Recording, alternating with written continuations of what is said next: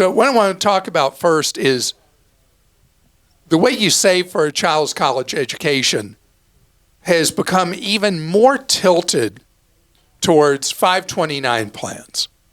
529 plans are federally approved. It's a code, the 529, Section 529, IRS, who knows, whatever, that allows you to save for a child's college tax-free and spend the money for eligible college expenses tax-free.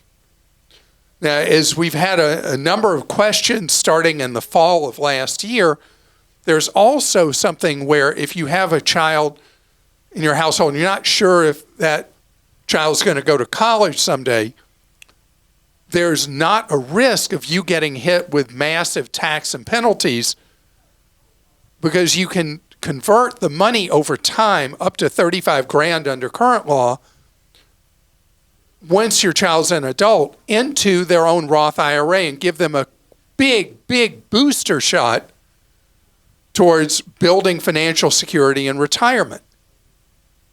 But there's also another thing that's changed with the new FAFSA. That's the form you have to fill out for determining eligibility for financial aid for college.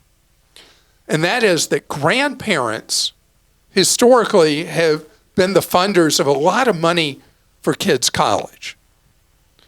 But the way financial aid was figured for college, grandparent assets in a 529 transferred to a grandkid, really hurt them for financial aid through their college years.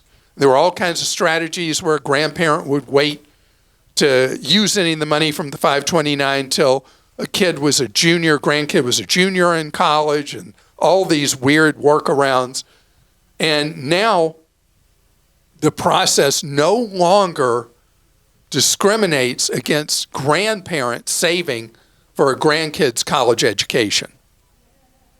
And truth be told, a lot of grandkids' schooling from any kind of private school all the way into college, grandparents end up paying, in many cases, a good chunk, if they can afford it, for a grandkid's education because the parents may not have the resources. So the 529 plan is the right way to do it. Now, having said that, if you've never heard me explain this, it's really important for you to know. 529 plans are sponsored by the states. Many of the state plans are much better than they used to be. And there are really some great plans now. No commissions, very low costs. But there's also some real dirt in 529 plans. Some really terrible ones where you have to go through a commissioned salesperson and you can end up with less money for a kid or grandkid's college than what you've contributed over the years because of these giant commissions and ongoing huge expenses you're charged in the plans. So a 529 plan by itself is not automatically good. You have to pick the right plan. And we each year go through all the plans commission-free. We only recommend commission-free plans because you don't need a salesperson for a 529 plan. They're pretty simple.